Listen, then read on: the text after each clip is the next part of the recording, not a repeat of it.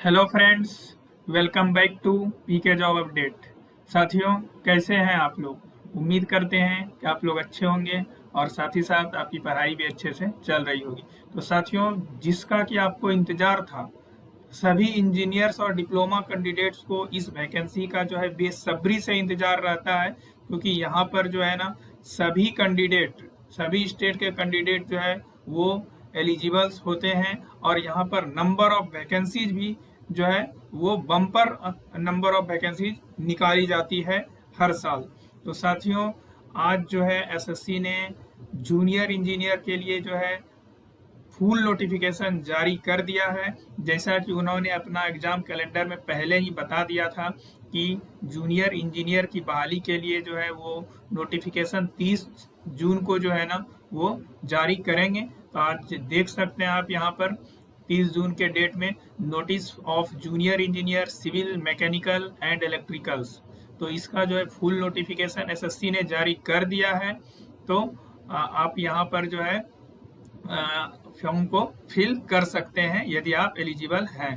तो चलिए देख लेते हैं सारे इम्पोर्टेंट पॉइंट्स को कि क्या एलिजिबिलिटी क्राइटेरिया वगैरह रखा गया है। चलिए डाइव इन करते हैं और देखते हैं। तो ये रहा साथियों फुल नोटिफिकेशन। यहाँ पर आप देखिए आज के डेट में ये नोटिफिकेशन जारी कर दिया गया है और सारे इम्पोर्टेंट डेट को भी यहाँ पर जो है इन्होंने बता दिया है।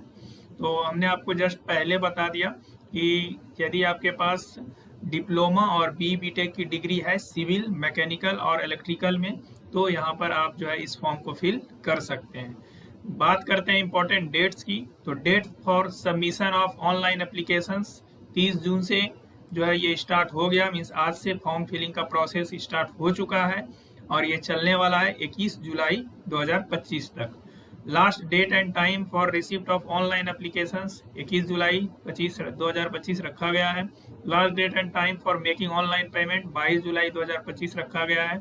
और विंडो करेक्शन जो है ये ओपन हो जाएगा। यदि आपसे कोई गलती हो रही है तो उसको जो है आप सुधार कर पाएंगे 1/8/2025 से 2/8/2025 के बीच में। 2 दिन का टाइम दिया गया है। और यहाँ पर बात करते हैं पेपर वन का जो एग्जाम होगा सीबीटी होगा, वो 27 से 31 अक्टूबर के बीच कंडक्ट करवाया जाएगा। और सबसे अच्छी बात यहाँ पर इस बार ये है कि इन्होंने पहले ही आपको पेपर 2 का जो है ना एग्जाम डेट के बारे में बता दिया है कि इस जो है मंथ में एग्जाम कंडक्ट करवाया जा सकता है।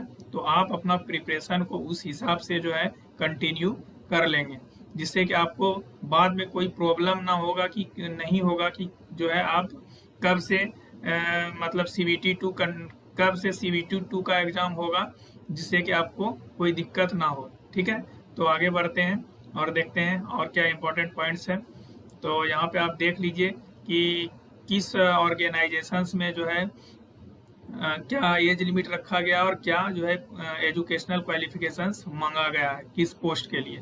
तो देखिए यहाँ पर details of post essential qualifications age on 1 जनवरी 2026। तो बॉर्डर्स रोड ऑर्गेनाइजेशंस, तो यहाँ पर जो है डिग्री इन सिविल या फिर डिप्लोमा इन सिविल इंजीनियरिंग है तो आप फॉर्म को फिल कर सकते हैं। एज लिमिट 30 ईयर्स रखा गया है। उसी तरह से बात करते हैं ब्रह्मपुत्रा बोर्ड मिनिस्ट्री ऑफ जल शक्ति, यहाँ पर भी एज लिमिट जो है 30 ईयर्स रखा गया है। सिविल में जो है डिप्लोमा की डिग्री जो है यहाँ पर मांगा गया है। सेंट्रल वाटर कमीशन के लिए जो है यहाँ पर आप देख सकते हैं 3 ईयर डिप्लोमा के कैंडिडेट यहाँ पर एलिजिबल हैं और जो है 30 ईयर्स जो है यहाँ पर भी जो है एज लिमिट रखा गया है।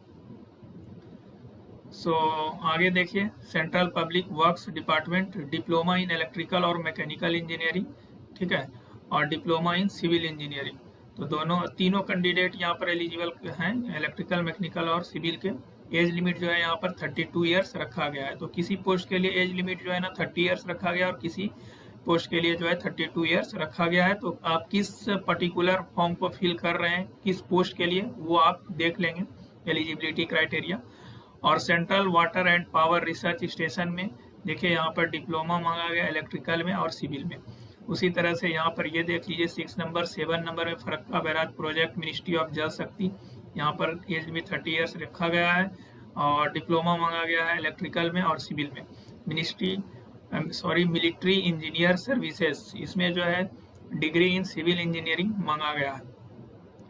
और नेशनल टेक्निकल रिसर्च ऑर्गेनाइजेशन, इसमें भी जो है डिग्री इन सिविल इंजीनियरिंग मांगा गया है। इससे पिछले बार जो है यहाँ पर इलेक्ट्रिकल के लिए भी वैकेंसीज आई थी, बट इस बार जो है सिर्फ सिविल ब्रांच कैंडिडेट के लिए यहाँ पर वैकेंसी निकाली गई है इस डिपार्टमेंट में। आगे देखिए और क्या इंपॉर्टेंट पॉइंट्स है। तो हमने आपको बताया कि नंबर ऑफ वैकेंसीज जो है इसमें अच्छी खासी हर बार निकाली जाती है। तो इस बार जो है टोटल नंबर ऑफ वैकेंसीज की बात करें तो 1340 वैकेंसीज के लिए ये नोटिफिकेशन जारी किया गया है। और इन्होंने साफ साफ मेंशन कर दिया है कि अभी जो है ना सारा डेटा किस जोन से क्या वैकेंसीज रहेगी वो कलेक्ट नहीं किया गया है। कैंडिडेट में note that state wise zone wise vacancies are not collected by the commissions, right. तो अभी जोन वाइज जो है जारी नहीं किया गया है। तो जैसे ही डेटा कलेक्ट हो जाएगा तो जोन वाइज भी आपको पता चल जाएगा कि किस जोन में कितनी नंबर ऑफ वैकेंसीज रखी गई है। आगे देखिए और क्या इंपॉर्टेंट पॉइंट्स है। यहाँ पे बात करते हैं age limit and age relaxations की। तो for the post for which the age limit is up to 30 years, तो उसका जो है डेट ऑफ बर्थ है इससे पहले का नहीं होना चाहिए और इसके बाद का नहीं होना चाहिए। और जिसमें 32 ईयर्स रखा गया है तो उसका जो है आप यहाँ पर देख लेंगे, इससे पहले आपका डेट ऑफ बर्थ नहीं होना चाहिए और इसके बाद आपका डेट ऑफ बर्थ नहीं होना चाहिए। बाकी यदि आप स्पेशल कैटेगरी से बिलोंग करते हैं तो आपको एज रिलैक्सेशन मिल जाता है, जैसे SC/ST को 5 ईयर्स, OBC को 3 ईयर्स, बाकी PWBD को 10 ईयर्स। इसी तरह से जो है आपको एज रिलैक्सेशन मिल जाता है। आगे देखते हैं और क्या इंपॉर्टेंट पॉइंट्स है। अप्लीकेशन फी जो है 100 रुपीज़ रखा गया है, जो कि मिनिमल है, आप आराम से पे कर सकते हैं। और बात करते हैं ये एग्जामिनेशन सेंटर्स की। तो आप जिस भी जोन से बिलोंग करते हैं उसके करस्पॉन्डिंग एग्जामिनेशन सेंटर जो है वो दिया गया है। तो आप ये देख लेंगे कि आप कहाँ पर एग्जाम देना चाहते हैं, हर एक जोन का यहाँ पर दिया गया। यहाँ पर बात करते हैं स्कीम ऑफ एग्जामिनेशंस की। तो यहाँ पर 2 पेपर कंडक्ट करवाया जाएगा, दोनों ही CBT बेस्ड होगा, पेपर 1 और पेपर 2। पेपर 1 की बात करें तो mode of examination CBT based होगा। सब्जेक्ट जो है जनरल इंटेलिजेंस एंड रीजनिंग रहेगा और जनरल अवेयरनेस रहेगा। नंबर ऑफ क्वेश्चंस और मैक्सिमम मार्क्स 50 क्वेश्चन 50 मार्क्स के, 50 क्वेश्चन 50 मार्क्स के। और जो है टाइम दिया जाएगा आपको इसके लिए 2 घंटे का, ठीक है। आगे देखते हैं।